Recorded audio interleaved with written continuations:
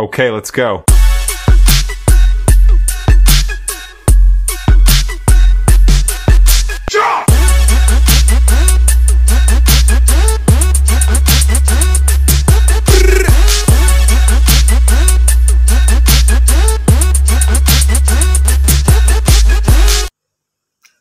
Hi, Romy Sabaldan uli at nandito tayo ngayon sa ibang eksena naman ng ating vlog at ating bisitahin muli ang isa pang, yung pangatlong tulay sa Davao Coastal Road. Yung 18 kilometers ng Davao Coastal Road ay naka-divide yan sa tatlong tulay at ito yung pangatlo na tapos na sa bandang Magsaysay Park at nanggaling ka doon sa Isla Verde at tutulayin niya hanggang doon sa Leon Garcia Street at doon na sa Arcastillo. Kaya makikita mo dyan yung mga building dyan sa Azuela Cove at lusot ito sa Jerome hanggang Arcastillo at doon ito magkukonect sa SIDC Bridge naman, yung Samal Island Davao Connector Bridge, doon mismo sa Arcastillo. Kasi abot doon yung mga rampa ng SIDC at hanggang sa Lanang at iikot siya papuntang Pakiputan Strait sa Samal Island. At ito nga yung mapapanood natin na pangatlong tapos na natulay na hanggang ngayon ay hindi pa nagagamit. Matagal na itong inumpisahan na 2019 yata, 2019 inumpisahan na ito. At natapos ito mga 2024. Natapos siya 2024 at hanggang ngayon ay hindi pa nagagamit. At dito tayo, sa kuhang ito, dito tayo nakatayo sa may lumang Santa Ana Pier na ngayon ay sira na siya, dilapidated na. At ang gumagamit na lang yung mga maliliit na mga motorboat, yung mga bangka na pangisda.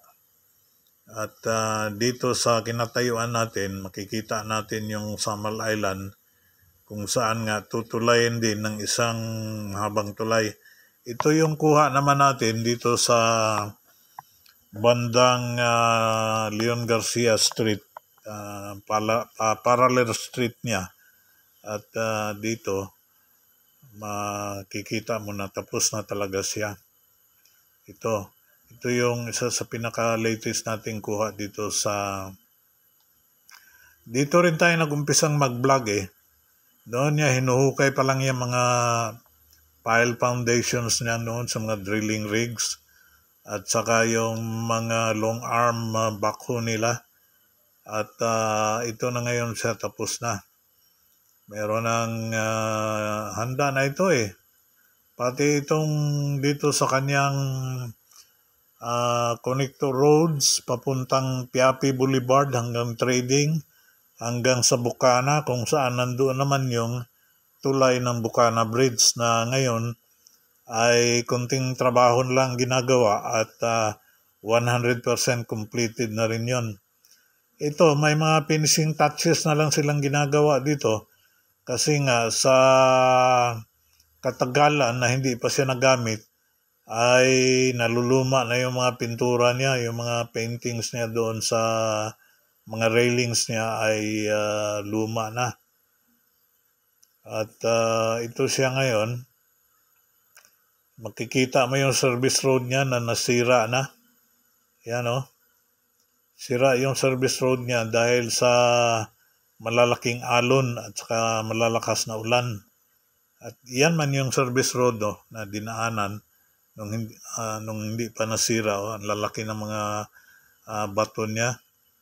Ito yung katatapos lang na substructure works niya nung hindi pa natapos yung superstructure hanggang pa lang siya pier capping. Yan yung makikita natin at hindi birong mga bakal ang ginamit dito sa kanyang pier capping. I mean pile capping, yung sa pile foundations niya, at saka yung sa poste niya. At noon, kung magbubuhos dito, ang trabaho dito mula umaga hanggang gabi. Tatlong truck na lang ang kulang.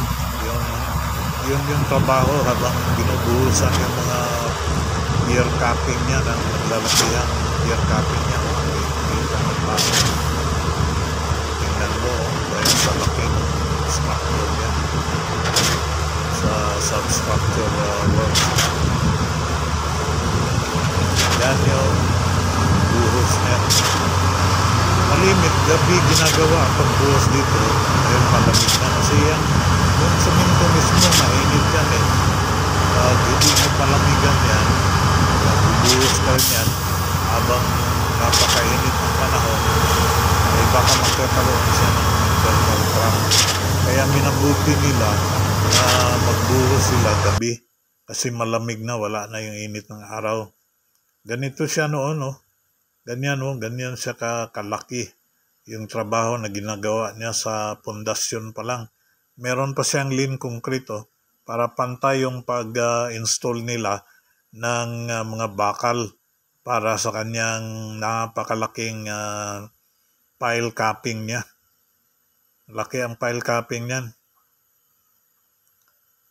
At ito ngayon yung tapos na tulay at nasirang service road, kaya pati itong dumadaan na mga heavy equipment, deliver ng mga heavy equipment, nahihirapan ito kasi nasira yung service road niya.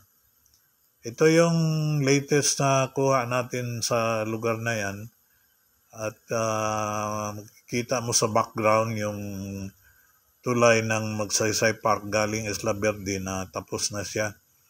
At ito yung ginagamit na napaka-importante na service road na ito kasi yung trabaho hanggang Leon Garcia at Rafael Castillo, dito dumadaan yung mga heavy equipment para mag-deliver ng mga materialis para sa construction.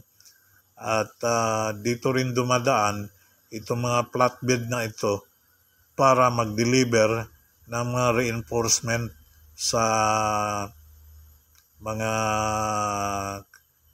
yung mga backhoe na dinideliver nila papunta doon sa job site doon sa Bukana. Yan nahihirapan siya dahil hindi ito dahil sa lindol Yan ay dahil sa naglalakihang alon at malakas na ulan, kaya sirang-sira yung service road niya papuntang Piapi Boulevard at crisscrossing the Leon Garcia worksite. Yan, makikita mo yung delivery ng backhoe.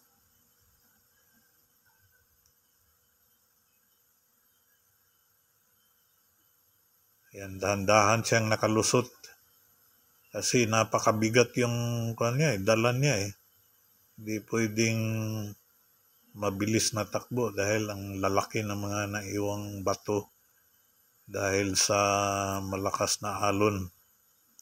The night before, napakalakas ng mga alon at saka napakalakas ng ulan. Kaya yan ano kaya yung nangyari sa nabara na ito Malamang turn upside down ito, kaya ganun na lang sila, excuse me. Yan yung ruta niya papunta doon sa Piapi Boulevard hanggang doon sa Trading Boulevard at hanggang sa Bukana. Dito dumadaan yung mga heavy equipment na reinforcement para doon sa Bukana Bridge. Yung mga sa unahan, yung mga Chinese engineers na nag-supervise. Yan, nakalusot na siya. Yan, doon sa taas, mabilis na ang takbo niyan dahil matagal na kasi tapos yan Yung segment na yan sa Coastal Road, sa Piapi Boulevard areas, Matagal nang tapos yan. Asfaltado na yan. At saka yung mga yung mga bike lanes tapos na. Papunta dyan sa tulay ng Magsaysay Park. Ito, malinis na ang kasi natapos na nga. May mga finishing touches na lang silang ginagawa. Nagre-repainting sila kasi sira na yung una nilang pintura dyan sa katagalan na hindi nagamit. Mahaba ang tulay na ito. Sabi nila, maabot ng 800 meters galing Piapi hanggang Leon Garcia Street. Ano kaya ang gagawin nila dito sa malaking area na ito? Napakalaking area ito for parking at saka kung ano-ano pa ang paplanuhin gagawin dyan. Kasi mahaba nga ito eh. Meron pa silang ginagawang jetty dito para sa mga yate yata ito, mga maliliit na mga fast boat,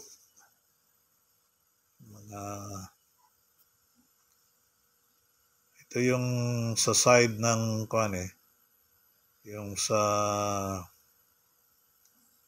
may labasan dito papuntang Monteverde Extension sa lumang Santa Ana Pier na yan. Diyan yung dinadaanan ng tricycle. At ang isang maganda dito dahil meron siyang gentle slope. Sa Leon Garcia side naman ito. Leon Garcia side ng yung gentle slope o connector road ng Ramon Magsaysay bridge na ito mula doon sa Isla Verde. At makikita mo yung ginawang mechanically stabilized earth na patong-patong na mga naglalakihang mga MEs sa hollow block. Yan hanggang doon sa Leon Garcia. At dito naman, yung gentle slope niya pataas sa connector road ng tulay. Kaya siya mahaba. Dahil mahaba rin yung slope niya eh. Kailangan kasi mahaba yung slope para gentle yung kanyang approach uphill and downhill. At saka matibay yan dyan. Ito yung naunang kuha natin. Matibay ang connector road na yan kasi sa ilalim nun, marami silang binaon na mga pilote. Kasi ito kuhaan lang ito eh. Medyo mahina ang lupa dito kaya baon sila ng mga maraming pilote. Abot sa 1,021 yung mga pilote na yan. Binaon lahat nila yan dyan. Yung wala pa yung hindi pa na earth filling yung yung slope niya sa ilalim nun, yan yung mga binaon na mga pilote noon. Ito yung video files natin na nakuna natin noong ginagawa pa yung connector road ng tulay ng malaking major bridge na ito. Yan ang ginawang trabaho nila. Oh. Mga 20 feet naman ang haba ng mga pilote na binaon nila dyan at saka abot ng mga kwadrado siya na mga pilote. At meron pa yung mga pile capping at ito yung expansion joint ng tulay na gawa sa bakal at sa ilalim niyan yung mga makakapal na matitibay na mga rubber kasi expansion joint nga siya eh. Hindi pwedeng simento lahat kasi matitibag yan pag merong lindol. Yan naman yung itsura niya nung ginagawa pa lang, yung hindi pa natapos. At dito sa ating pagbabalik tanaw ay mamamaalam na rin tayo. Hanggang dito na lang muna at sana tayo ay nakakatulong sa ating mga viewers para ma-update sila kung ano na ang nangyari. Maraming salamat po.